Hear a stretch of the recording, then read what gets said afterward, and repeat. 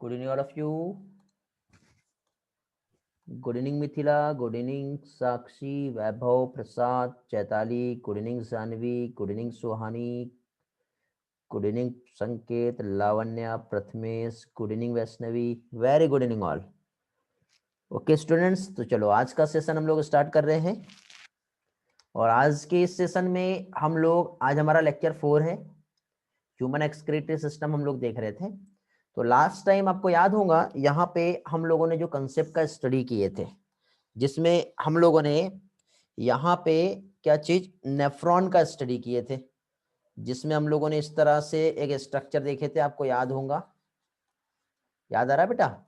मालपेजियन body जिसमें बोमेंस capsule and glomerulus था, साथ ही साथ proximal convoluted tubule, loop of Henle, distal convoluted tubule and collecting duct. Okay, तो अभी यहाँ पे हम लोगों ने जो स्ट्रक्चर का स्टडी किए थे, तो अभी यहाँ पे पहली चीज तो हम लोगों ने स्टेप बाय स्टेप सारे इसके फंक्शंस हम लोगों ने देखे थे। ओके, तो इसी पार्ट को आज हम लोग एनसीईआरटी लेवल पे एक बार रिवाइज करेंगे, लाइन टू लाइन एनसीईआरटी क्या कह रहा है। फिर इसके बाद आज नेक्स्ट टॉपिक जो कि है हमारा क्या चीज, फिजियोलॉजी ऑफ यूरिन फॉर्मेशन। क्या चीज बेटा? यूरिन फॉर्मेशन का जो फिजियोलॉजी है, ये आज के इस सेशन में हम लोगों को समझना है।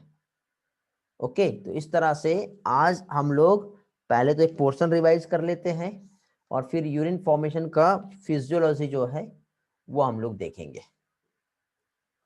ठीक है, तो विदाउट डिले किए सबसे पहले आज का जो सेशन है हम लोगों को यहाँ पर स्टार्ट करना है। तो मैं शेयर कर लेता हूँ आप लोगों से डॉक्यूमेंट्स।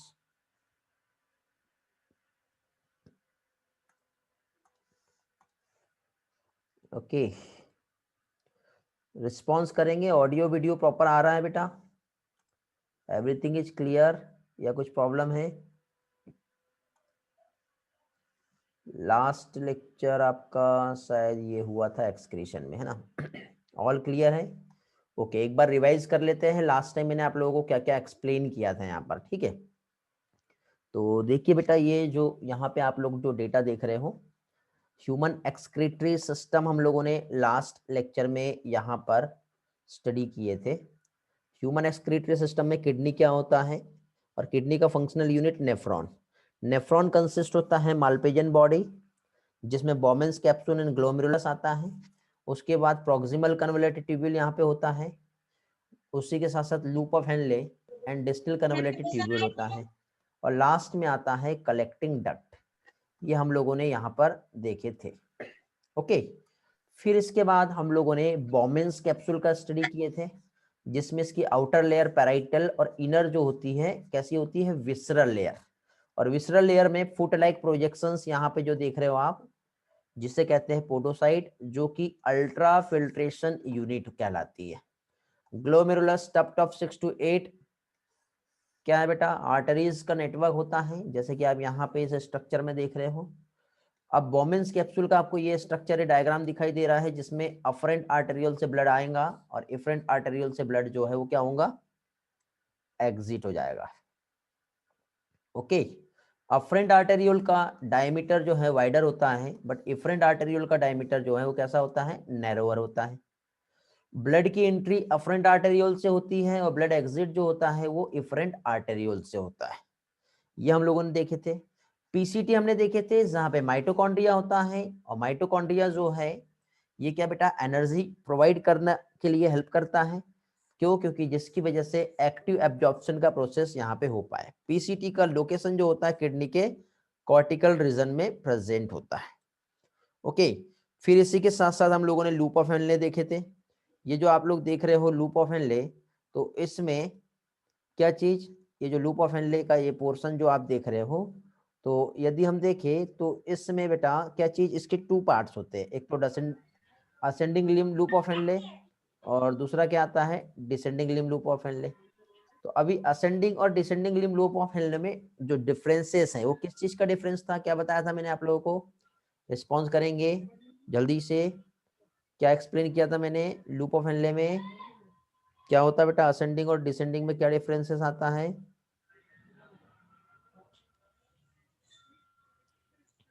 डिफरेंसेस दोनों में बेसिक सा यदि हम देखें तो वो ये है कि क्या चीज,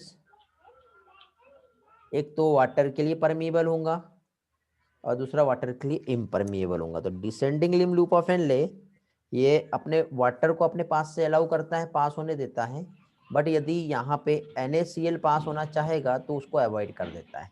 लेकिन ascending Liam loop of Henle जो है, यदि हम इसका फंक्शन देखें तो ये जो है इसका रोल ऐसा होता है कुछ कि ये अपने में से इलेक्ट्रोलाइट मींस NaCl को तो पास होने देगा बट वाटर को अपने में से पास होने नहीं देता। यही एक बेसिक सा यहाँ पर डिफरेंस इसमें आता है। मींस ये वाटर और सॉल्ट बैलेंस को क्या कर रहा है, रेगुलेट करता है। क्या चीज बेटा, लूप ऑफ हेनले। ये भी हम लोगों ने लास्ट टाइम देखे थे। फाइनली लास्ट पहुंचे थे हम लोग डिस्टल कन्वोल्यूटेड ट्यूब्यूल में, जिसका लोकेशन हमने देखे थे cortex of the kidney. Okay, जो कि यूरिन के कॉन्सेंट्रेशन में हेल्प करता है, मीन्स कंडीशनल रीएब्जॉर्प्शन। यदि रीएब्जॉर्प्शन का नीड है तो वहां पर रीएब्जॉर्प्शन का प्रोसेस होगा और सोडियम और वाटर को क्या करता है, ये रीएब्जॉर्ब करा देता है। ओके, यहां तक के लास्ट लेक्चर में मैंने आप लोगों को समझाया था। ठीक है बेटा, तो आज के इस लेक्चर में हम लोग जो कंसेप्ट समझने वाले हैं वो हम देखेंगे फिजियोलॉजी। ओके, क्या हम देखेंगे अभी, अभी हम लोग यहाँ पर फिजियोलॉजी ऑफ यूरिन फॉर्मेशन ये हम लोग समझने वाले हैं।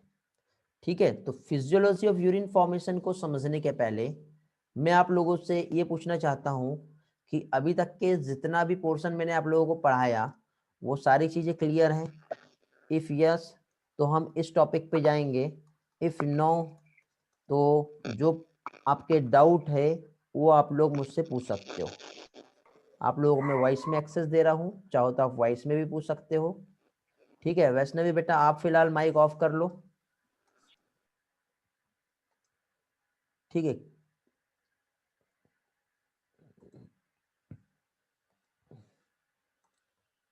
ऑल क्लियर है? चलो तो फिर आगे बढ़ते हैं फिर फाइनली हम लोग, और अभी हम लोग फिजियोलॉजी ऑफ यूरिन फॉर्मेशन देखेंगे। फिजियोलॉजी ऑफ यूरिन फॉर्मेशन के पहले आप लोगों के लिए बेटा एक बहुत ही इंपॉर्टेंट इंस्ट्रक्शन है। इस संडे को आपका पहले तो ये बताओ टेस्ट है ही क्या, यस और नो?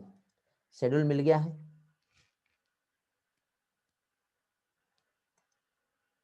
नहीं मिला है, कोई बात नहीं, नहीं मिला तो मिल जाएगा।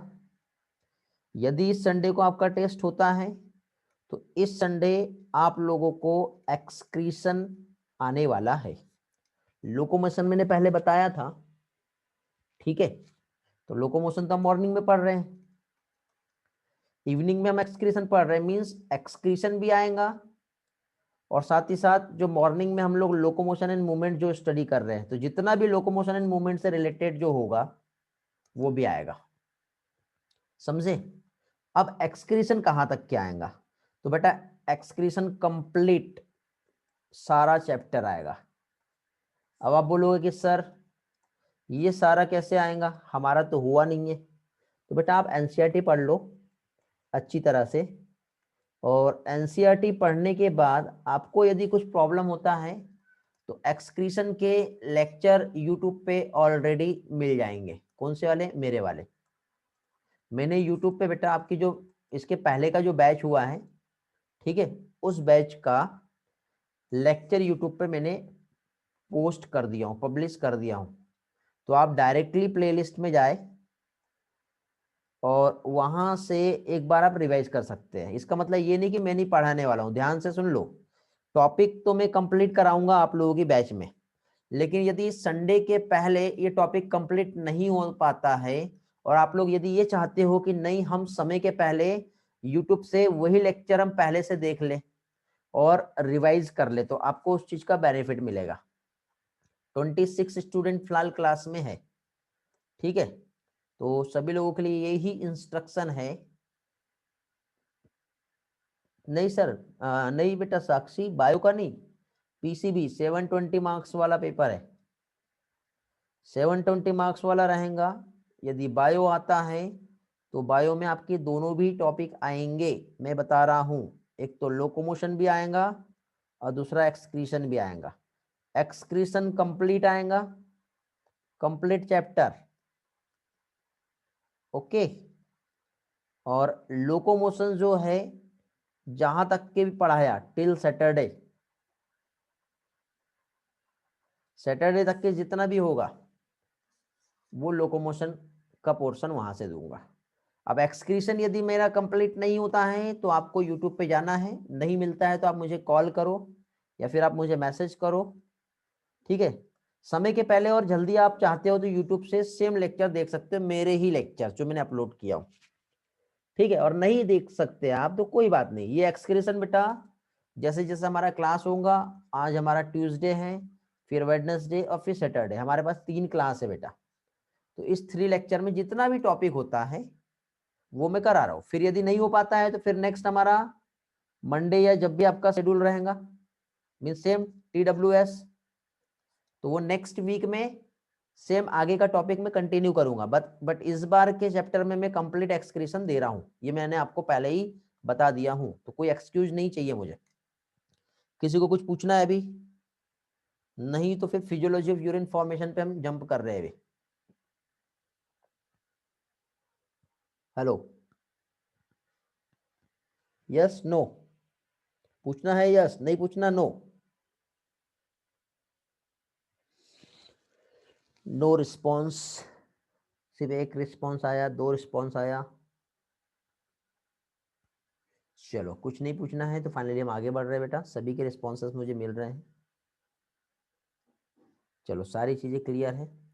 तो फाइनली अभी हम लोग यहाँ पर फिजियोलॉजी ऑफ यूरिन फॉर्मेशन ये हम समझेंगे। तो यूरिन फॉर्मेशन का फिजियोलॉजी को समझने के लिए बेटा यहाँ पे देखिए तो मेथड्स 3 स्टेप में कंप्लीट होता है।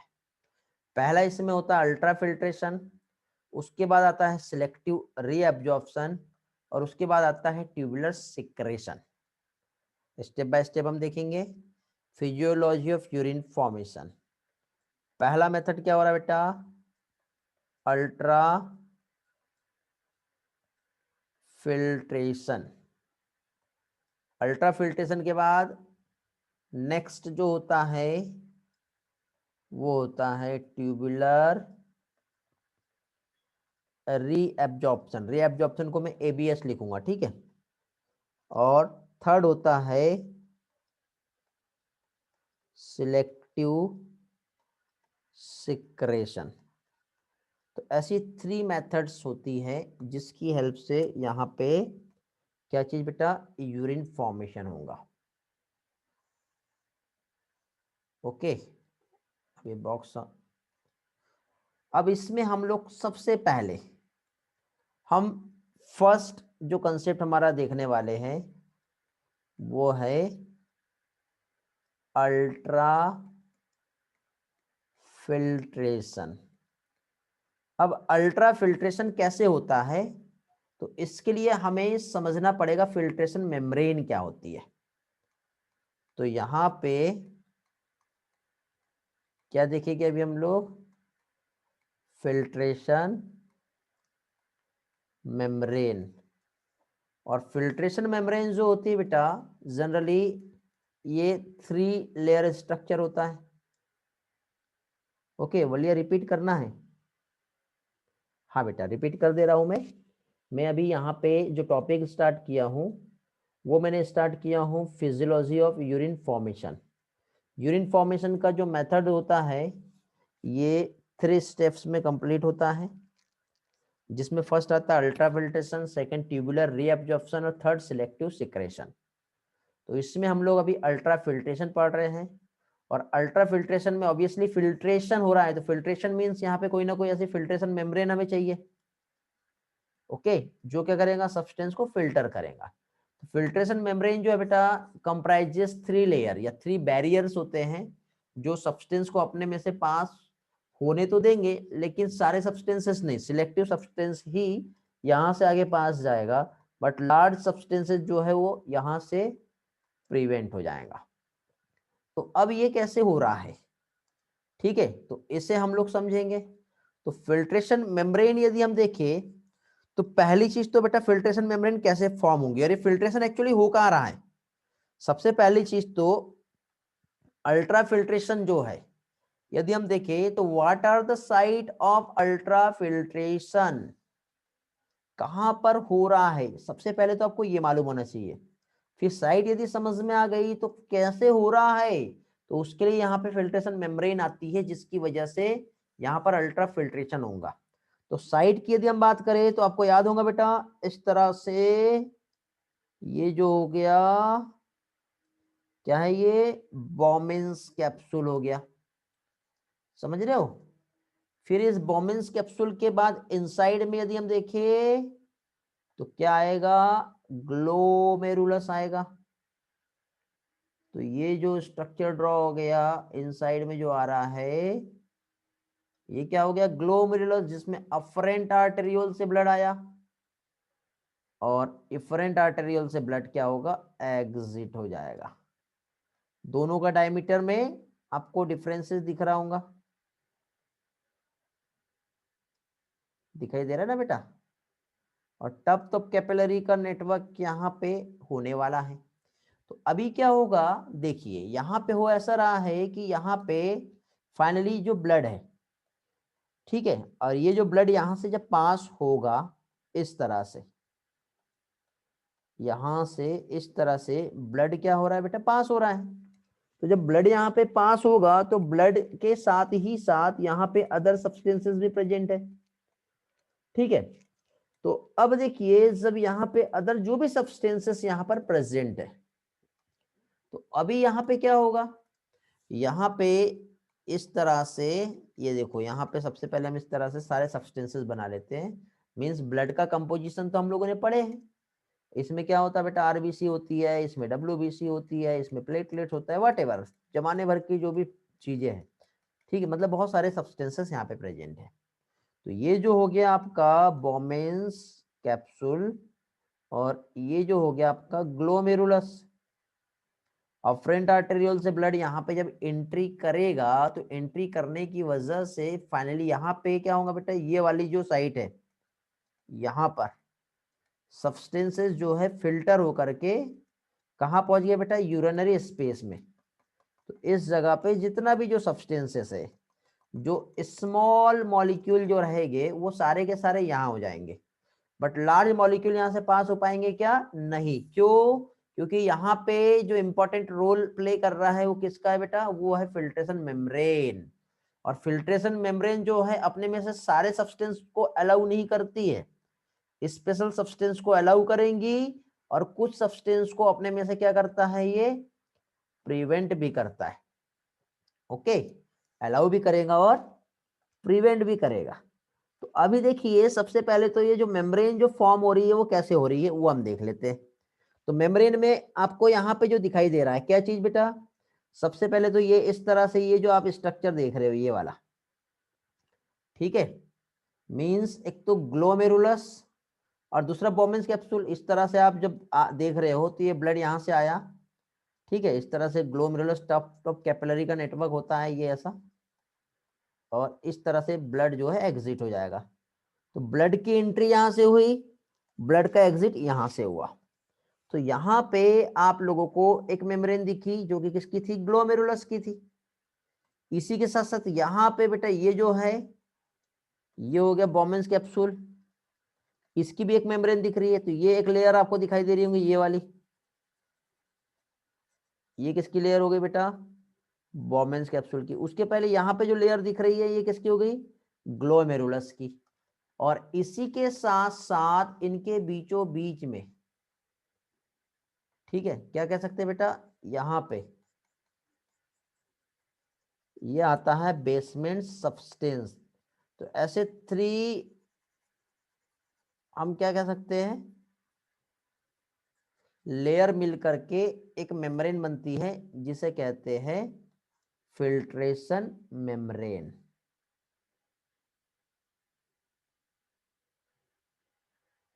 ओके बेटा, बोर्ड पे आज नहीं, मैं आपको कल समझाऊंगा, ठीक है, कैमरे में प्रॉब्लम है थोड़ा सा।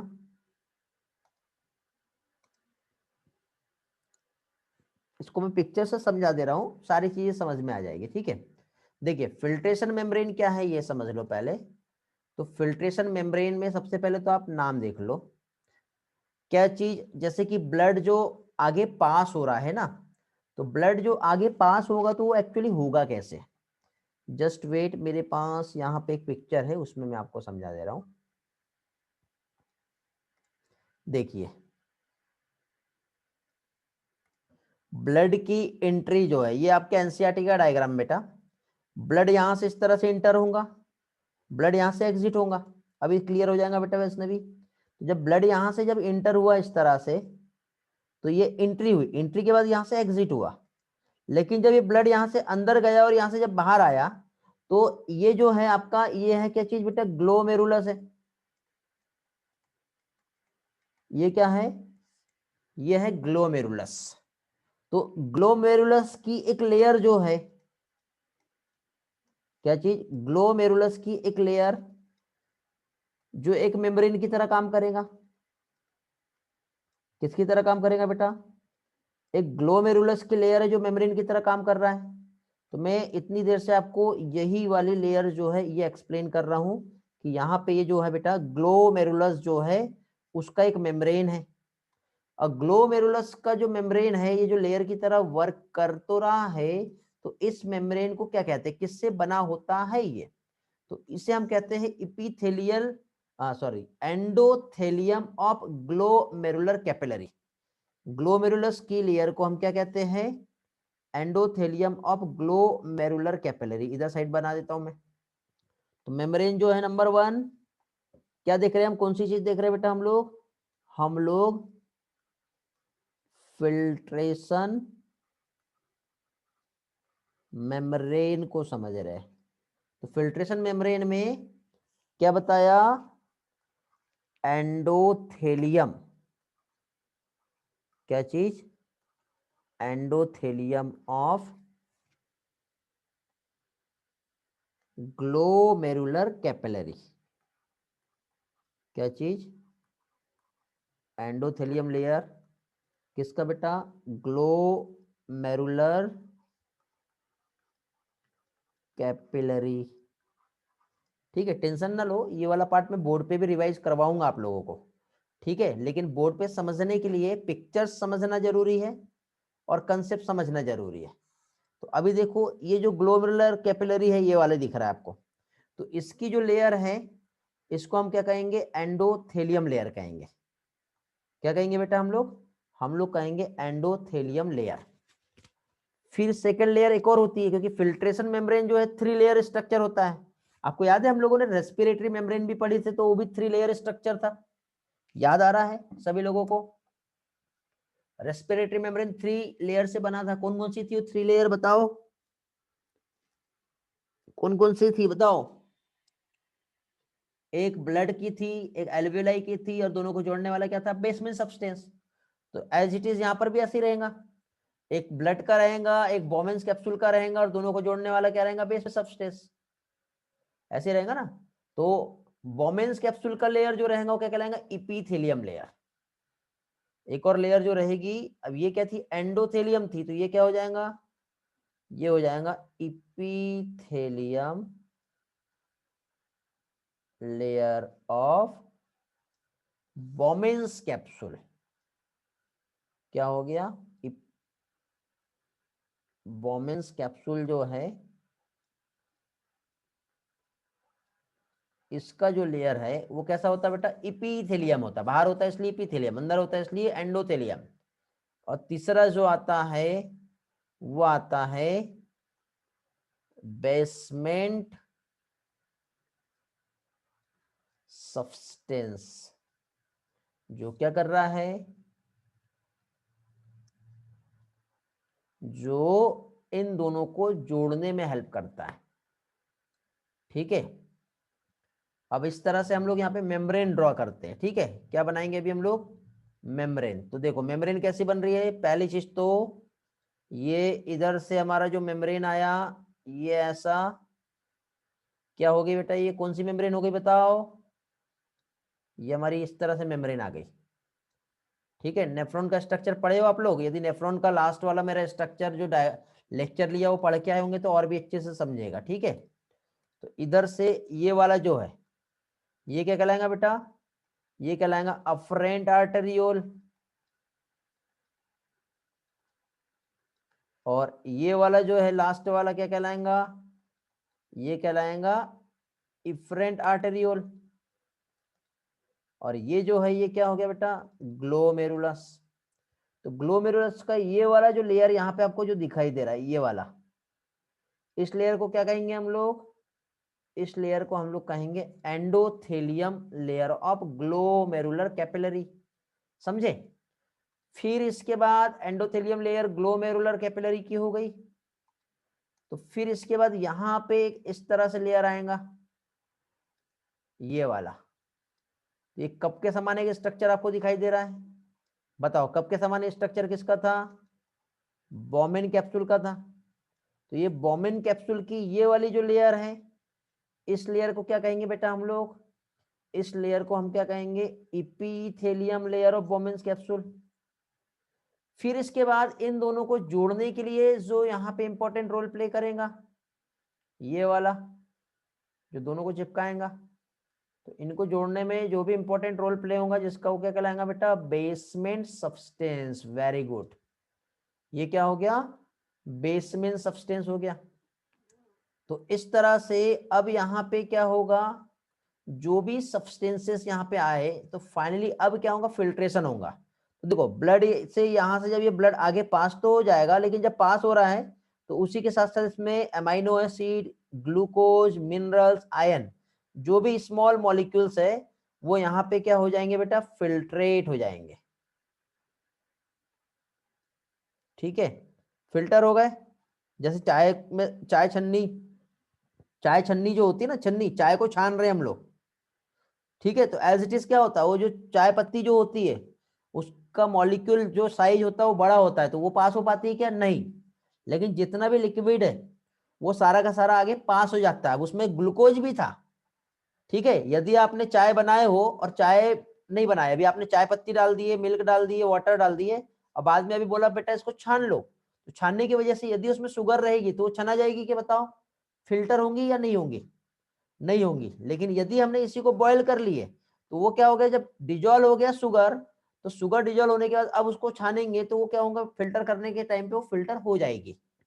तो एज इट इज यहाँ पे हमको किसी चीज को बॉयल नहीं करना है। यहाँ पे जितने भी जो स्मॉलर सब्सटेंसेस है वो आसानी से यहाँ से पास हो जाते हैं, बट लार्ज सब्सटेंसेस यहाँ से पास नहीं होंगे। तो लार्ज सब्सटेंस जो पास नहीं होंगे वो क्या रहेंगे?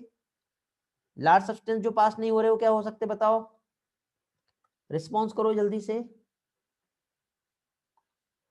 लार्ज सब्सटेंस में यहाँ पे आरबीसी आता है। लार्ज सब्सटेंस में इसमें प्रोटीन आता है। आपको मालूम है ब्लड में एल्बुमिन प्रोटीन होता है, फाइब्रिनोजन होता है, पढ़े हम लोगों ने, इम्यूनोग्लोबुलिन्स होता है। तो ये प्रोटीन पास होगा क्या? नहीं। आरबीसी पास होगा क्या? नहीं। डब्ल्यूबीसी पास होगा क्या? नहीं। मतलब जितना भी हमारा जो ब्लड सेल्स है, ब्लड सेल्स जो है ये पास नहीं होंगी। लेकिन यहाँ पे जितने भी जो हमारे मिनरल्स है, क्या चीज? जितने भी मिनरल्स है, आयंस है, न्यूट्रिएंट है, न्यूट्रिएंट के टर्म में यदि हम देखें तो क्या होगा? न्यूट्रिएंट के टर्म में यदि हम देखें तो ग्लूकोज हो सकता है। क्या हो सकता है बेटा? ग्लूकोज हो सकता है, अमाइनो एसिड आ सकता है इसमें। तो ये जो सब्सटेंसेस है ये क्या कहलाएंगे बेटा? ये फिल्ट्रेट सब्सटेंस कहलाएंगे। मींस फिल्ट्रेशन में ये क्या होगा? फिल्ट्रेशन मेम्ब्रेन की हेल्प से ये सब्सटेंस पास हो जाएंगे। लेकिन जो लार्ज सब्सटेंसेस है वो पास होगा क्या? नहीं होगा। तो ये जनरल सा यहाँ पर जो है डिफरेंसेस देखने को मिलता है। ओके, चलो तो एक काम करते हैं, हम लोगों ने लास्ट टाइम जो एनसीईआरटी का जो डेटा जहां तक पढ़े थे, ठीक है, उसके आगे जो भी पोर्शन है वो हम अभी कंटिन्यू करेंगे। तो सबसे पहले मुझे बताओ, नेफ्रॉन का स्ट्रक्चर सभी लोगों को याद हो गया है अच्छी तरह से? प्रैक्टिस किए? यदि आपने प्रैक्टिस किए होंगे तो आगे का सारा पार्ट अच्छे से समझेगा। नहीं किए होंगे प्रैक्टिस तो आपको प्रॉब्लम हो सकती है। तो मैं आपको सजेस्ट करता हूँ बेटा प्रैक्टिस अच्छी तरह से कर लो, अभी भी नहीं किए होंगे तो आज भी चांस है, क्योंकि नेक्स्ट लेक्चर में मैं बोर्ड वाला पार्ट लूंगा तो आपको अच्छे से समझ जाएगा, लेकिन उसके पहले जितना भी थियरी है वो हम समझ रहे हैं आज। ओके,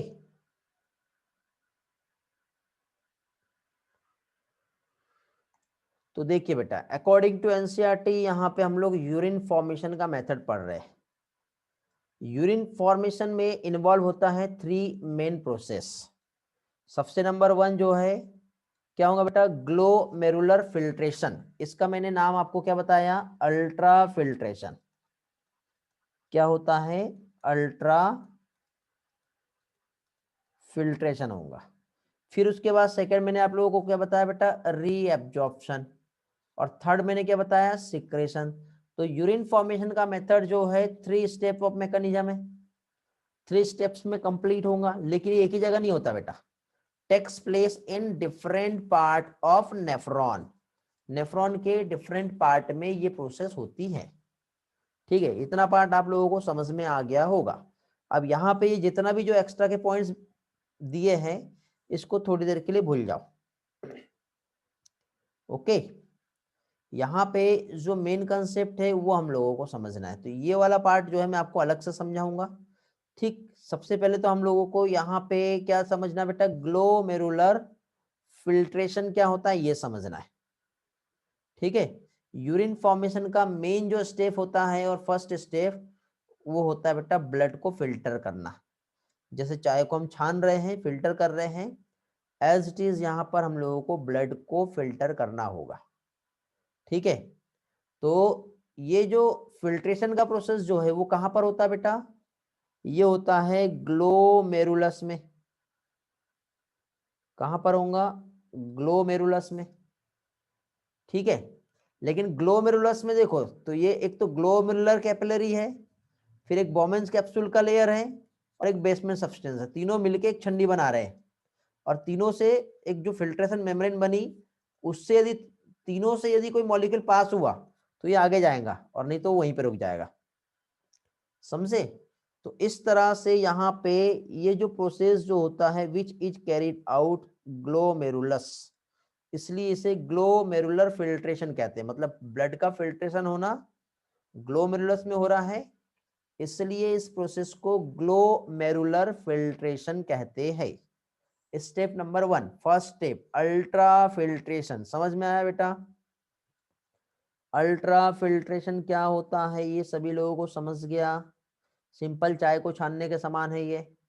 यदि कंसेप्ट समझोगे, ध्यान दोगे तो ये बहुत आसानी से याद भी हो जाएगा आप लोगों को। ठीक है, सिंपल आप चाय लिए और चाय को आपने छान लिए। चाय तो बनाना सभी को आता होगा, छानना भी आता होगा। ठीक है, और नहीं आता होगा तो आपने घर में देखे भी होंगे। तो एज इट इज बेटा सिमिलर प्रोसेस किडनी में, हमारे बॉडी में ये होता है। ओके, अब क्वेश्चन ये है कि ये कैसे छानेगा। तो बेटा आपको मैंने बोला कि बेटा ये छन्नी है और चाय लो एक मग में या फिर जहां पे भी जो कंटेनर है उठा के इसमें डाल दो।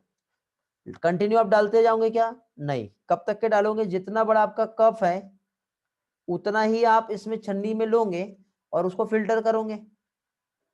समझे? तो ये छन्नी जो हो गई हमारी क्या हो गई बेटा, ग्लोमेरुलस मेम्ब्रेन। और कप जो है यहाँ पे क्या हो गया बेटा, हमारा बोमेंस कैप्सूल एक कप हो गया। लेकिन छन्नी जो जाली होती है जो नेटवर्क वाली, उसको ऐसा आजू बाजू एक हार्ड प्लास्टिक का एक कोटेड होता है जो उसको जोड़ के चिपका के रखता है। समझे? यदि वो नहीं रहेगा तो छन्नी यहाँ पे प्रॉपरली बैठ पाएंगी क्या? नहीं। तो एज इट इज जो चाय की छन्नी है और ये आपका जो बोमेंस कैप्सूल है, इनको जोड़ने के लिए यहाँ पे क्या आ गया बेटा, बेसमेंट सब्सटेंस जो उसको चिपका देगा ऐसा। अब आप चाय को छानो, आगे पास होगा। तो आपके कप में जितना स्पेस होता है उतना आप चाय को एक कप में छानोगे, फिर कप जब चेंज करोगे तो फिर आप जितना स्पेस होगा उतना आगे छानोगे। ऐसे ही होने वाला है। ऐसे ही होगा कि नहीं होगा? तो देखो यहाँ पे ब्लड आप यहां से लोगे, यहां से लेने के बाद जब ब्लड इधर गया तो यहां से ब्लड क्या होगा बेटा, छन जाएगा, फिल्टर हो जाएगा। फिल्टर होने के बाद ब्लड कहाँ जा रहा है, तो फिल्टर होने के बाद ब्लड जो है आपका ये जो बोमेंस कैप्सूल वाला जो एरिया दिख रहा है, यहां पर ब्लड फिल्टर होने के बाद चला जाएगा। ओके, तो ये जो ब्लड जा रहा है, तो यहां से जो ब्लड आता है वो बेटा एक बार में 1100 से लेके 1200 ml जो ब्लड है वो एक बार में किडनी से पास हो रहा है। याद रखना बेटा, कितना, 1100 से 1200 ml। और एक मिनट में कितना फिल्टर होगा, तो ये 125 मिलीलीटर पर मिनट। इतने ब्लड का 125 ml ही बेटा क्या होता है, ये फिल्टर होता है। तो इस तरह से हम लोग GFR निकाल सकते हैं। GFR मतलब ग्लोमेरुलर फिल्ट्रेशन रेट, एक दिन का कितना है। तो एक दिन का जो होता है बेटा 180 लीटर्स, इतना बेटा ब्लड हमारे बॉडी से फिल्टर होता है एक दिन में, जिसको क्या कहते हैं, GFR। GFR का फुल फॉर्म क्या है, glomerular filtration rate. Glomerular filtration rate 180 litres जो है ये एक दिन में, और एक मिनट में कितना, 125 ml। ठीक है, और कितने इसका बेटा, 1100 से लेके 1200 ml ब्लड का 125 ml जो है सिर्फ यूरिन बनेगा। यूरिन नहीं, फिल्ट्रेट होगा इसका। तो यूरिन जो है 180 लीटर का बेटा 1 से लेके 1.5 लीटर यूरिन बनता है बस। 180 लीटर में 99% जो है वापस हमारे बॉडी में आएगा, सिर्फ 1% ही वो यूरिन बना के हमारे बॉडी से बाहर जाता है। ये कैसे होता है, स्टेप बाय स्टेप आपको थोड़ी देर के बाद समझ में आ जाएगा। किसी को प्रॉब्लम होता है तो बोर्ड वाला मेरा लेक्चर अवेलेबल है यूट्यूब पे, ठीक है, वो आप देख सकते हो। आज ही आपको देखना है तो, नहीं देख रहे होंगे तो बोर्ड वाले लेक्चर में कल आप लोगों का लूंगा, ठीक है, उसमें मैं आप लोगों को ये सारी चीजें रिवाइज भी करवा दूंगा क्या है ये। ओके, चलो तो आगे बढ़ते हैं विदाउट डिले किए, और नेक्स्ट पोर्शन जो है हमारा उस चीज को समझेंगे। हम लोग यहाँ पे यूरिन फॉर्मेशन का मेथड पढ़ रहे थे, और यूरिन फॉर्मेशन की मेथड में हम लोगों ने ये वाला पैराग्राफ जो है क्या होता है ये समझ लिए। इसके बाद यूरिन फॉर्मेशन का फर्स्ट मेथड ग्लोमेरुलर फिल्ट्रेशन होता है। तो इसको ग्लोमेरुलर फिल्ट्रेशन क्यों कहते हैं ये हमने देख लिए। यहाँ से कितना ml ब्लड जा रहा है बेटा, 1100 से 1200 ml, और इसका सिर्फ 1/5 पोर्शन जो होता है ब्लड का, ठीक है, वो हमारे return back to the heart में चला जाएगा, और बाकी का जो रहेगा वो ग्लोमेरुलर कैपिलरी जो होता है वहां पे एक प्रेशर आता है, उसकी वजह से जो 3 लेयर मैंने आपको थोड़ी देर पहले बताया, ऐसे 3 लेयर है, इससे ये फिल्टर होकर के इस बोमेंस कैप्सुलिस कप में आ जाएगा। ओके, जितने कंसेप्ट समझाए, ऐसा कोई पर्सन है जिससे कुछ नहीं समझा तो आप मुझसे रिवीजन मांग सकते हो। प्रॉपर कीवर्ड लिखिए आपको कौन सा पोर्शन नहीं समझा, यदि कोई चीज नहीं समझी होंगी तो मैं आप लोगों को समझा देता हूं। रिस्पॉन्स करो जल्दी से।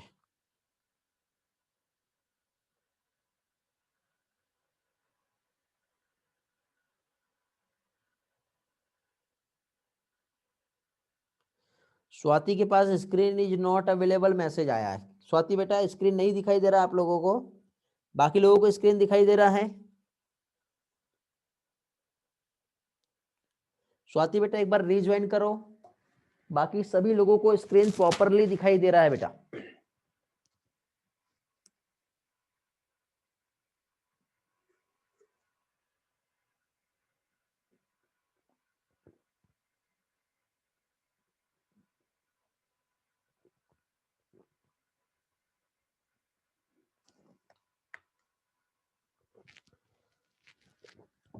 चलो स्वाति रिस्पॉन्स करो बेटा जल्दी से, क्लास में हो आप।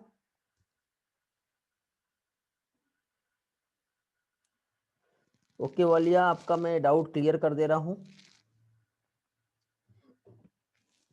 इपीथेलियम लेयर बोमेंस कैप्सूल की इनर लेयर में इंक्लूड होगा। हाँ बेटा, इंक्लूड नहीं कहेंगे, वो 3 लेयर्स है इस तरह से, 1 2 और दोनों को जोड़ने वाली 3, इपीथेलियम, एंडोथेलियम और बेसमेंट। और कोई सब्सटेंसेस यहाँ पर प्रेजेंट है, उसको यहाँ से इधर पास होना है, ठीक है, थोड़ी देर में क्लियर हो जाएगा वो कैसा है। चलो ओके बेटा, ग्रेट। चलो स्वाति को भी समझ में आ रहा है सारी चीजें, आगे बढ़ते हैं हम लोग। तो यहाँ पे देखो endothelium of glomerular blood vessels.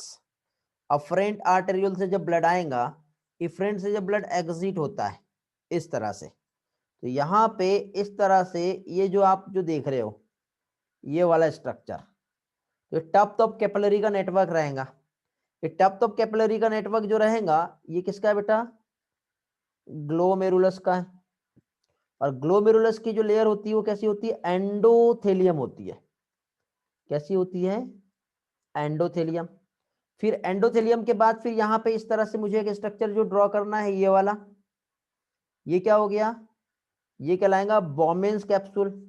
और बोमेन्स कैप्सूल की लेयर जो होती है कैसी होती है? इपीथेलियम। फिर बोमेन्स कैप्सूल के बाद अगेन यहाँ पे यदि हम देखें तो एक और लेयर आएंगी जो दोनों को जोड़ के रखेगा, ये वाला। तो ये वाले स्ट्रक्चर को हम क्या कहेंगे बेटा? जो चिपका के रख रहा है। तो ये वाला जो स्ट्रक्चर है ये क्या लाएगा? क्या चीज? बेसमेंट सब्सटेंस, बेसमेंट कंपोनेंट कहलाएगा ये। ठीक है, तो यही चीज यहाँ पे दिख रहा है बेटा कि इपीथेलियम सेल्स जो रहती है बोमेन्स कैप्सूल का रहता है।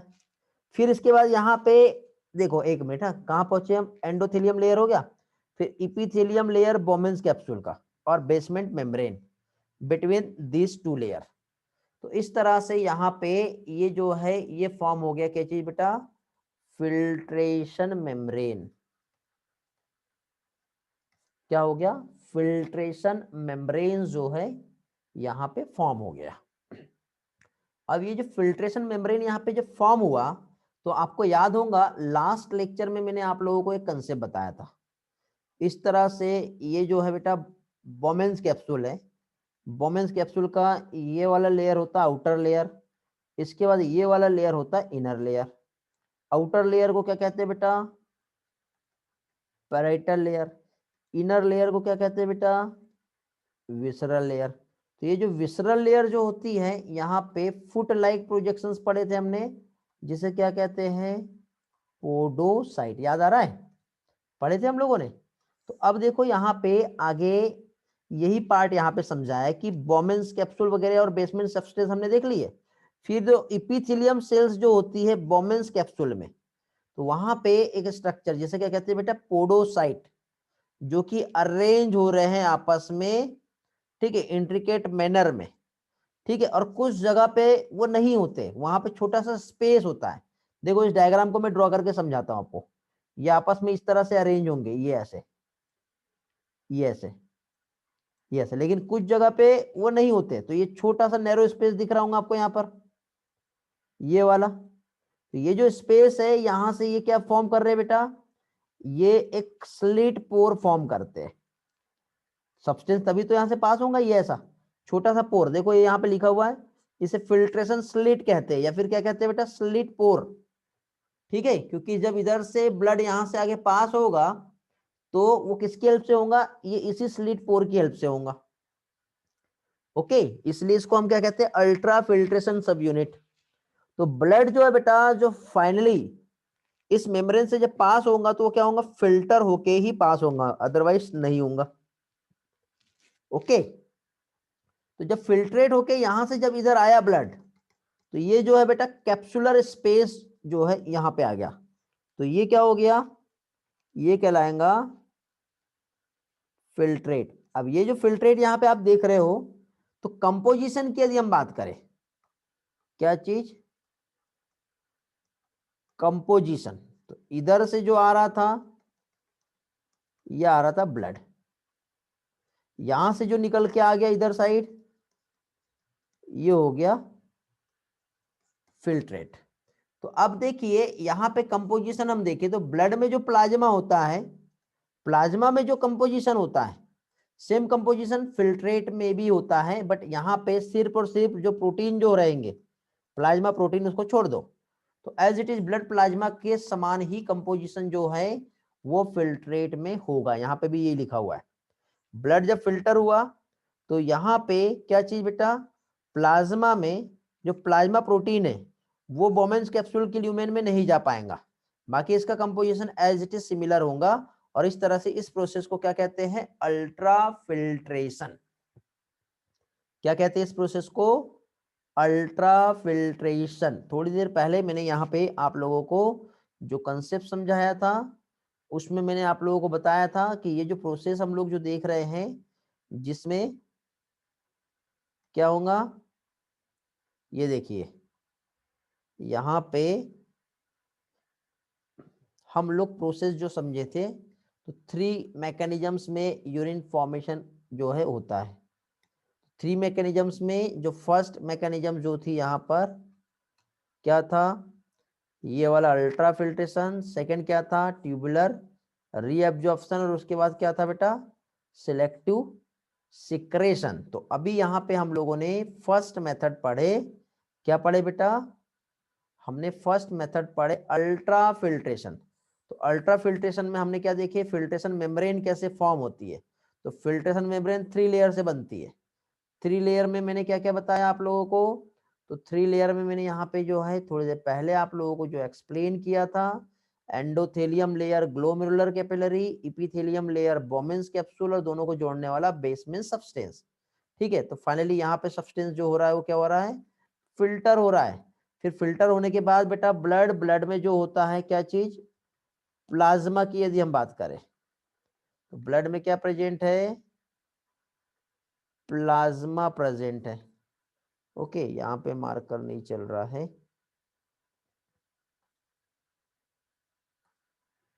दूसरी जगह यूज करते हैं। ब्लड की यदि हम बात करें तो ब्लड में क्या चीज बेटा, ब्लड में प्रेजेंट है प्लाज्मा। ब्लड का कंपोजिशन हम देखेंगे तो ब्लड में है प्लाज्मा, और साथ ही साथ ये जब ब्लड फिल्टर हो गया तो फिल्ट्रेट, दोनों का कंपोजिशन जो होता है ऑलमोस्ट सेम होता है। क्या नहीं रहेगा इसमें, जैसे आरबीसी, डब्ल्यूबीसी और प्लेटलेट्स ये नहीं रहेंगे, और साथ ही साथ जो प्लाज्मा प्रोटीन जो आते हैं ये भी नहीं रहेंगे। बाकी नहीं तो दोनों का भी जो कंपोजिशन है एज इट इज सिमिलर ही होगा, कोई भी उसमें चेंजेस नहीं आने वाला है। ठीक है, समझ में आ गया बेटा। तो इस तरह से यहाँ पे हम लोगों ने ये कंसेप्ट को समझे कि किस तरह से यहाँ पे फिल्ट्रेशन मेम्ब्रेन जो है ये आ रहा है। वापस से हम उसी एनसीईआरटी के कंसेप्ट पे आएंगे। कंसेप्ट पे आगे बढ़ने के पहले ये वाला पार्ट सभी लोगों का क्लियर हो गया, कुछ पूछना है इस पैराग्राफ में। ये प्रोसेस नंबर 1 है जिसे हम लोग अल्ट्रा फिल्ट्रेशन कहेंगे। किसी को कुछ पूछना है तो आप पूछ सकते हो, अदरवाइज आगे बढ़ेंगे।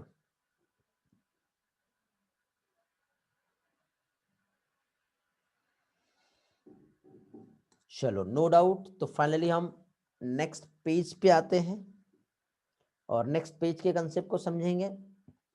तो इस तरह से मैंने आपको जीएफआर क्या होता है ये भी समझा दिया था। ओके, जीएफआर क्या होता है ये मैंने बता दिया। बेटा ब्लड फिल्ट्रेशन का स्क्रीनशॉट नहीं ले पाओगे बेटा वैभव, रिकॉर्डिंग आप देख लेना एक बार क्योंकि सारा इरेज हो चुका है। ओके, रिकॉर्डिंग देख लेना, मैं जल्दी पोस्ट कर दूंगा। तो अभी देखिए यहाँ पे क्या चीज, जो अमाउंट ऑफ फिल्ट्रेट किडनी से 1 मिनट में जितना फॉर्म हो रहा है उसको सिंपल टर्म में हमें समझना है। तो कैसे समझेंगे, तो उसको हम बोलते हैं GFR means glomerular filtration rate, कितना ये 1 मिनट में पास कर पा रहा है। तो एक स्टैंडर्ड, एक नॉर्मली हेल्दी पर्सन की हम बात करें तो जो जीएफआर होता है 1 मिनट में 125 ml पर मिनट होता है, और एक दिन में हम देखें तो 180 लीटर्स पर डे होता है। ये एक स्टैंडर्ड है। यदि ये कम या ज्यादा हुआ तो समझ लो उस पर्सन को किसी ना किसी टाइप की डिसीज जो है ये है, ओके, कंसीडर किया जाएगा। तो देखो 125 ml पर मिनट और 180 लीटर पर डे, इतना जो है जीएफआर होता है। ओके, फिर इसके बाद किडनी में अगेन एक और मैकेनिज्म्स होता है, क्या चीज, ये रेगुलेट कर सकता है। कैसे, देखो ये यहाँ पे आप बोलोगे कि सर आप ये ऐसे कैसे बोल रहे हो कि 125 और 180।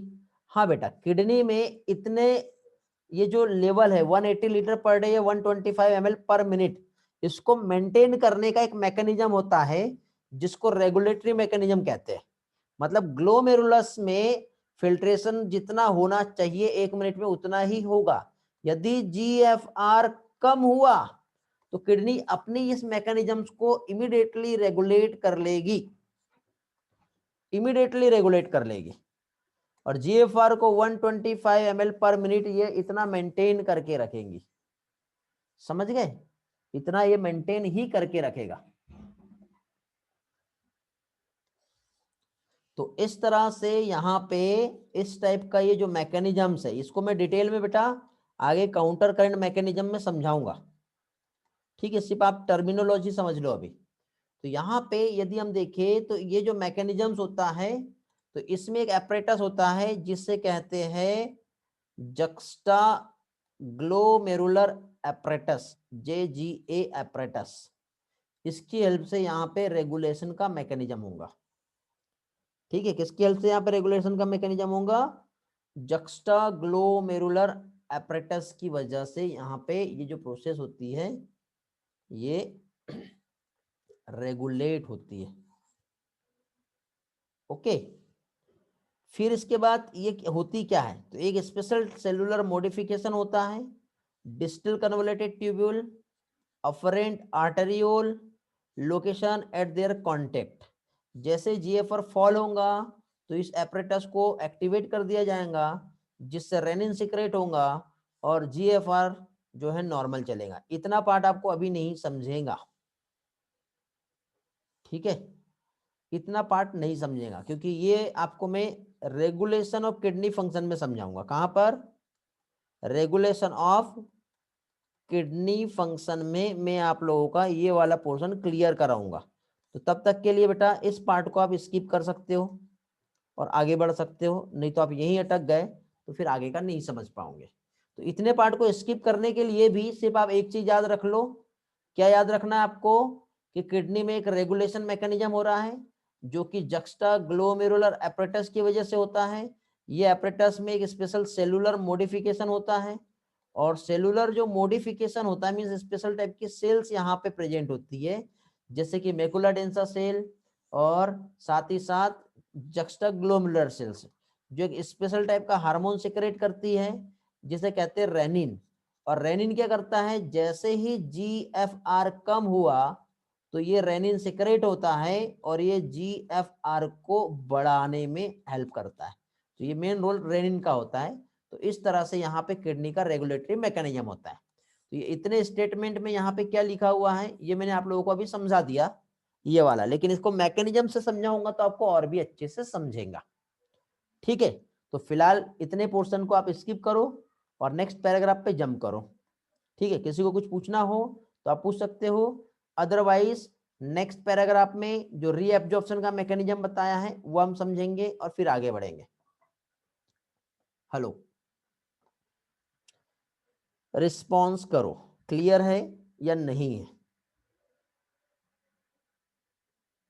26 स्टूडेंट दिख रहे हैं मुझे और इतने में मुझे प्रिया का रिस्पॉन्स मिला है, साक्षी, प्रसाद, वैभव, लावण्या, वलिया, चैताली, स्वाति, प्रथमेश, जानवी, क्रिस, रानी, प्रणय, कनिका, संकेत, सभी लोगों का क्लियर हो गया बेटा। चलो वेरी गुड।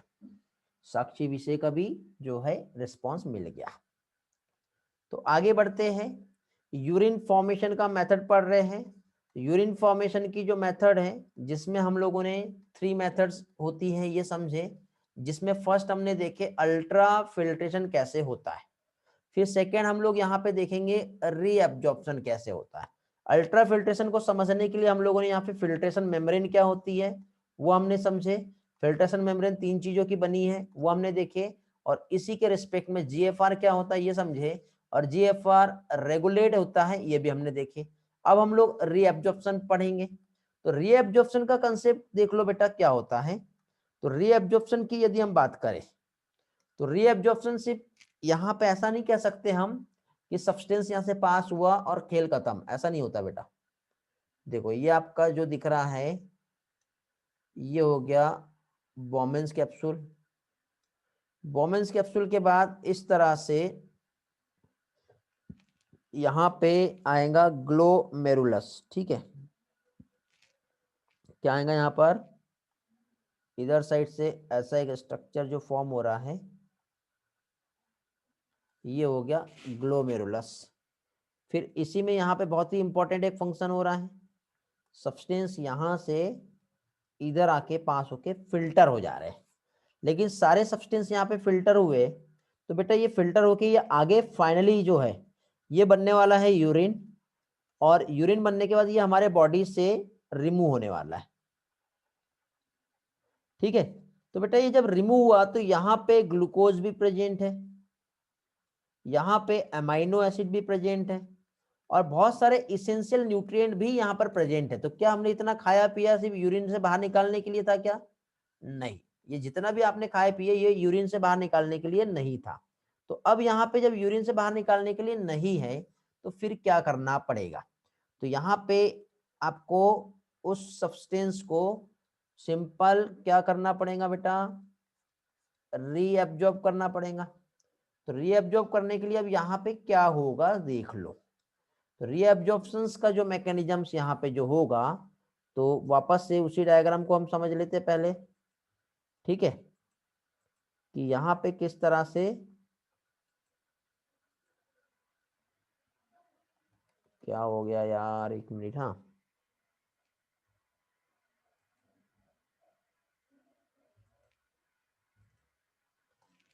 हाँ देखो इस मैकेनिज्म्स को समझने के लिए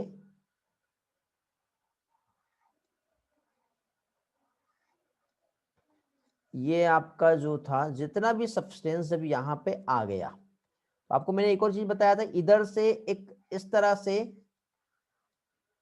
पेरिट्यूबुलर कैपिलरी का नेटवर्क रहेगा। तो ये नेटवर्क जो है इस तरह से ये आगे ऐसा पास होगा कि नहीं होगा बताओ। तो ये जो है ये नेटवर्क ऑफ कैपिलरी, तो इधर साइड बेटा ये आपका पीसीटी मतलब जितना भी रीनल ट्यूब्यूल है ये आगे जा रहा है। इसको मैं सिर्फ एक सिंपल टर्म में नहीं कह रहा हूं, इसे मैं कह रहा हूं रीनल ट्यूब्यूल।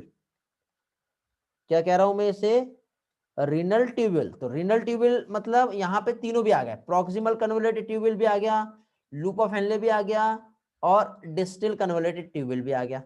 और उसी के साथ साथ ये जो आगे जा रहा है इसको हम क्या कहेंगे, वासा रेक्टा। याद आ रहा है? तो अब यहाँ पे हुआ क्या, तो यहाँ पे हुआ कुछ ऐसा कि यहाँ पे जितने भी जो इंपॉर्टेंट सब्सटेंसेस थे, ठीक है, ये यहाँ पे आए थे। तो यहाँ से सारे इंपॉर्टेंट सब्सटेंस को हमको यहाँ से इधर साइड आगे पास करना पड़ेगा। ठीक है, तो इस फिनोमिना को, इस कंसेप्ट को हम क्या कहेंगे, सिलेक्टिव रीएब्जॉर्प्शन कहेंगे। क्या कहेंगे इसे, सिलेक्टिव रीएब्जॉर्प्शन कहेंगे। देखो हमारे एनसीईआरटी भी यही कह रही है। तो सिलेक्टिव रीएब्जॉर्प्शन मींस यहां पे क्या हो रहा है देखो, comparison of volume of the filtrate जो फॉर्म हुआ कितना बेटा, 180 लीटर। तो इस 180 लीटर में 99% फिल्ट्रेट जो है ये क्या होगा बेटा, रीएब्जॉर्ब हो जाएगा। सिर्फ 1% फिल्ट्रेट ही जो होता है वो एक्सक्रीट होता है। समझे? ओके, सिर्फ 1% ही एक्सक्रीट होगा। मतलब 180 लीटर का आप सिर्फ 1 से लेकर 1.5 लीटर ही जो है वो बॉडी से बाहर निकालोगे, बाकी सारा का सारा आप आपके बॉडी में वापस ले लोगे। इस कंसेप्ट को रीएब्जॉर्प्शन कहते हैं। क्या कहते हैं, रीएब्जॉर्प्शन। तो देखो 99% फिल्ट्रेट जो है ये क्या हो रहा है, रीनल ट्यूब्यूल से रीएब्जॉर्ब हो जाएगा। तो यहाँ पे ट्यूब्यूल में कुछ इपिथेलियम सेल्स होती है बेटा अलग अलग जगह पे नेफ्रॉन के डिफरेंट सेगमेंट में, जो वहां पे एक्टिव और पैसिव मैकेनिज्म्स में इन्वॉल्व होते हैं। ठीक है, तो अब देखो यहाँ पे यदि इस कंसेप्ट को हम समझे तो यहाँ पे एक्टिव और पैसिव मैकेनिज्म्स कैसे होंगी वो हम देखेंगे।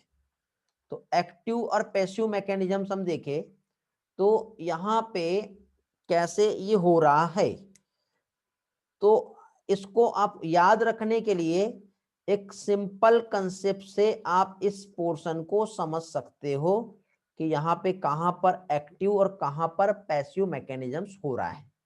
ठीक है, तो क्या देख रहे हैं बेटा हम लोग यहाँ पर जो समझ रहे हैं वो हम देख रहे हैं रीएब्जॉर्प्शन। ठीक है, बाकी यहाँ पे ऊपर क्या बताया सारी चीजें छोड़ दो, अभी जो समझा रहा हूँ उस पार्ट पे फोकस करोगे। यहाँ पे हम लोग देख रहे हैं क्या चीज बेटा, री एब्जॉर्प्शन। अब देखो ये यहाँ पे ना मेरा मार्कर पेन लैग कर रहा है थोड़ा सा, ठीक है, इसलिए मैं आपको पीपीटी में समझा रहा था, बट फिर भी देखो कुछ चीजें आपको अलग अलग जगह पे, क्योंकि यहाँ पे ज्यादा स्पेस मिलता है हमें। तो अब ये जो रीएब्जॉर्प्शन की हम बात करें तो रीएब्जॉर्प्शन दो तरीके से होता है बेटा। एक तो यहाँ पे जो होगा ये एक्टिव भी होगा, और साथ ही साथ ये जो होगा ये कैसे होगा, पैसिव भी होगा। यार यहाँ पे नहीं समझा पाऊंगा यार मैं, ठीक है, जस्ट वेट, यहीं पे देखते हैं, नेक्स्ट इसमें आते हैं। ठीक है, यहीं पे मैं आप लोगों को समझा देता हूँ बेटा, जस्ट वेट, क्या किया जाए, इसमें 2 से 3 पेजेस लेना पड़ेगा, 1 सेकेंड। हाँ,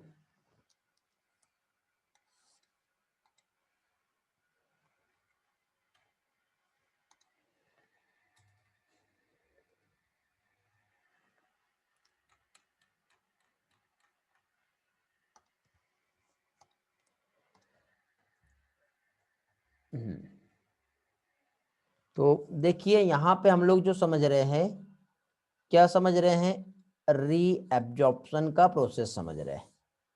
अब ये जो रीएब्जॉर्प्शन की जो प्रोसेस है, यहाँ पे बेटा ये दोनों भी तरीके से होगा। एक तो ये जो होगा ये कैसा होगा, एक्टिव, और दूसरा ये जो होगा ये कैसा होगा, पैसिव। मींस एक्टिव रीएब्जॉर्प्शन भी होता है और साथ ही साथ पैसिव रीएब्जॉर्प्शन भी होता है। तो एक्टिव रीएब्जॉर्प्शन में ग्लूकोज, अमाइनो एसिड एंड क्या कह सकते हैं, सोडियम। क्या क्या चीज बेटा, ग्लूकोज है, साथ ही साथ अमाइनो एसिड भी है और सोडियम आयन। ये जो है ये सारे सब्सटेंसेस कैसे एक्टिवली रीएब्जॉर्ब हो जाएंगे, कैसे होंगे, एक्टिवली रीएब्जॉर्ब। फिर इसके बाद पैसिव रीएब्जॉर्प्शन की हम बात करें तो नाइट्रोजनस वेस्ट, ठीक है, और वाटर, जो इनिशियल सेगमेंट ऑफ नेफ्रॉन जो होता है वहां पर उसका रीएब्जॉर्प्शन जो होगा वो पैसिवली होगा। तो नाइट्रोजनस वेस्ट हो गया, और वाटर जो होता है वो भी कहां पे, इनिशियल जो होता है सेगमेंट ऑफ नेफ्रॉन जो रहेगा यहां पे पैसिवली उसका क्या होगा, रीएब्जॉर्प्शन होगा। ओके, तो हम लोग बेटा क्या देख रहे हैं, फिर से देख लो, हम लोग यहाँ पे यूरिन फॉर्मेशन का मेथड देख रहे हैं। यूरिन फॉर्मेशन की मेथड में 3 स्टेप्स होती है, 1 2 3, जिसमें फर्स्ट हम लोगों ने देखे क्या चाहिए बेटा, ultra filtration.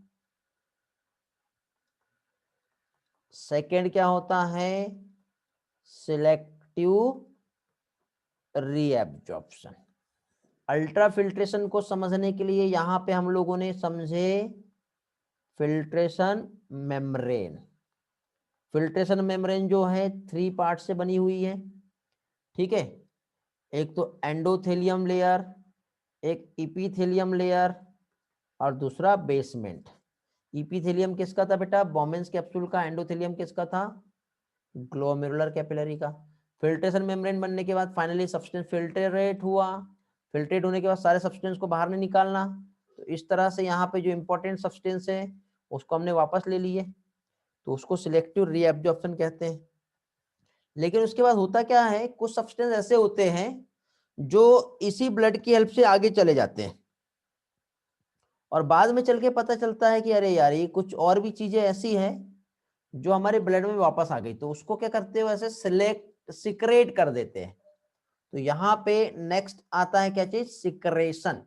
Third step of mechanism जो रहेगा वो क्या रहेगा, सिक्रेशन आ जाता है। ठीक है, तो सिक्रेशन क्या होता है वो भी अभी हम लोग समझ लेते हैं यहाँ पर।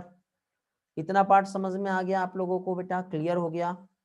तो एनसीईआरटी पे वापस से आते हैं हम लोग और उसी पार्ट को फिर से हम लोग देखेंगे कि H+ आयन, अमोनियम आयन और कुछ सब्सटेंसेस जो है वो किस तरह से सेक्रेट हो रहे हैं। तो देखिए यहाँ पे कंसेप्ट पे आते हैं हम लोग, और इस कंसेप्ट पे हमने क्या देखे कि वॉल्यूम ऑफ फिल्ट्रेट जो कि 180 लीटर पर डे था, जिसमें से 99% सब्सटेंस जो है रीएब्जॉर्ब हो जाएगा, मींस 1.5 लीटर जो फिल्ट्रेट है ये क्या होगा, रीएब्जॉर्ब होता है। 99% जो होता है फिल्ट्रेट रीएब्जॉर्ब होता है रीनल ट्यूब्यूल से। इस प्रोसेस को रीएब्जॉर्प्शन कहते हैं।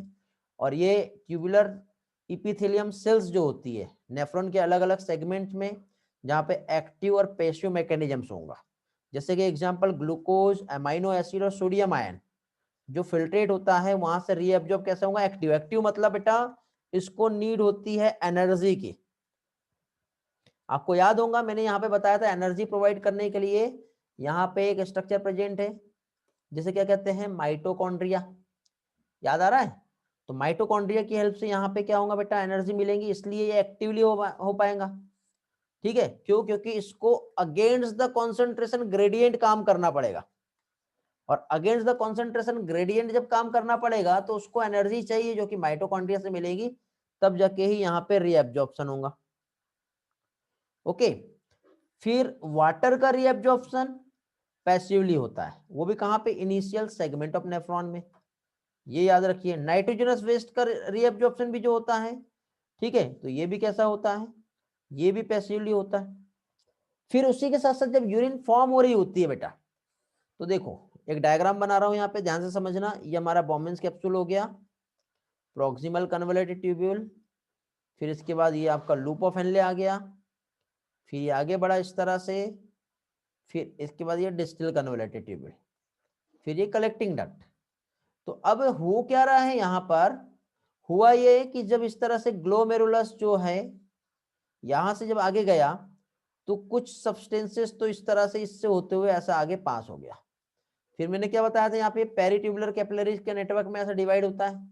तो बाद में इसको याद आता है, अरे यार ये क्या हो गया, कुछ और भी सब्सटेंसेस हैं ऐसे जो यहाँ पे रह गए, तो इसको क्या करना पड़ेगा, यहाँ से ये जो इंपॉर्टेंट सब्सटेंस है इसको यहाँ पे ट्यूब्यूल में सिक्रेट करना पड़ेगा, यहाँ पर भी और यहाँ पर भी।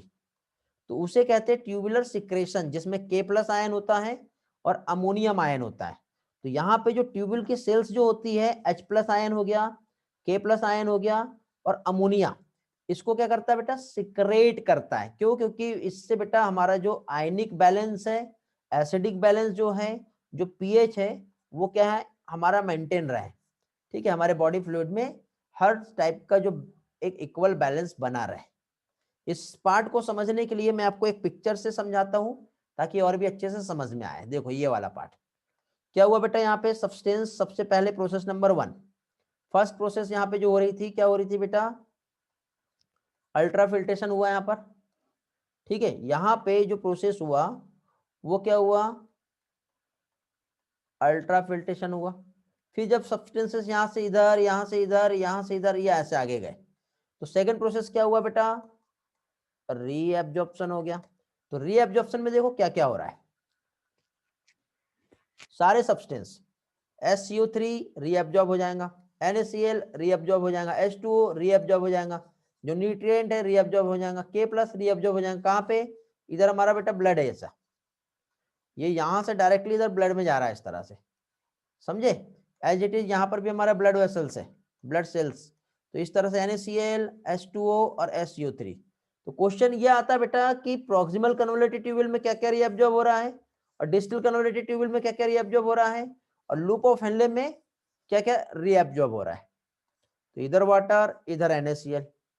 फिर इधर से जो ऐसा एरो जो बता रहा है ये सिक्रेशन को बता रहा है। किस चीज को बता रहा है, ये सिक्रेशन को। तो H+ और अमोनिया PCT में सिक्रेट होता है, K+ और H+ DCT में क्या हो रहा है बेटा, सिक्रेट हो रहा है। तो ये हो गया सिक्रेशन वाला कंसेप्ट।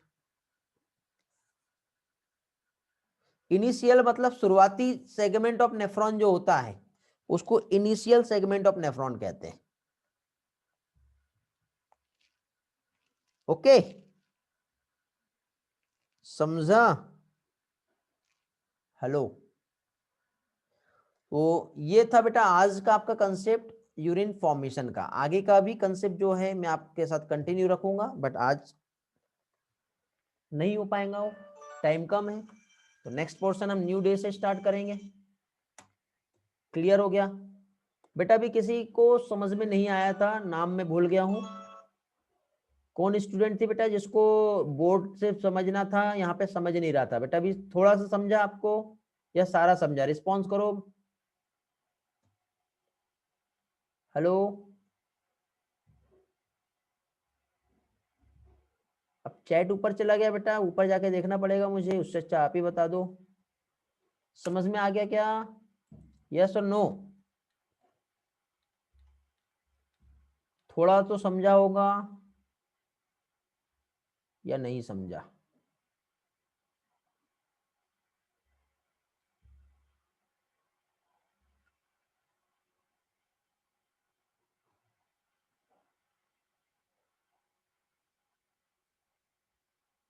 वैष्णवी, वैष्णवी से बात कर रहा हूँ बेटा मैं, वैष्णवी से। उसका मैसेज नहीं आ रहा, क्लास में है या नहीं है? वैष्णवी बेटा क्लास में ही नहीं है आप तो वैष्णवी। फिर आप ऐसे कभी कभी आओगे तो कैसे समझेगा? कहाँ गए बेटा वैष्णवी? इसका मतलब आप लास्ट क्लास में भी नहीं थे, मुझे ऐसा लग रहा है, इसलिए आपको समझ में नहीं आया होगा। बाकी सभी के मैसेज मुझे मुझे मिले, उन्हें समझ में आ गया है। वैष्णवी ही क्लास में नहीं है। वैष्णवी माडने बोर्ड लेक्चर नहीं हुआ तो क्लास से लीव कर गई, ऐसा कुछ है बेटा? चलो कोई बात नहीं, कल देखते हैं। कल याद दिलाना बेटा मुझे, बाकी जितने स्टूडेंट भी है वैष्णवी से हम बात करेंगे कल। ओके चलो तो एंड करते फिर आज का लेक्चर। अच्छा अभी लेफ्ट की क्या बेटा? ठीक है, उसे बोलना सर ने याद किए कॉल करने के लिए, बोले बोलना। ओके ओके बाय बाय बेटा। कितना बड़ा मैसेज भेजा यार, कौन है ये? स्वाति? क्वेश्चन मार्क आ रहे बहुत सारे बेटा, क्या भेजा आपने? चलो बेटा okay bye bye, good night, मिलते हैं कल मॉर्निंग में। Have a nice time.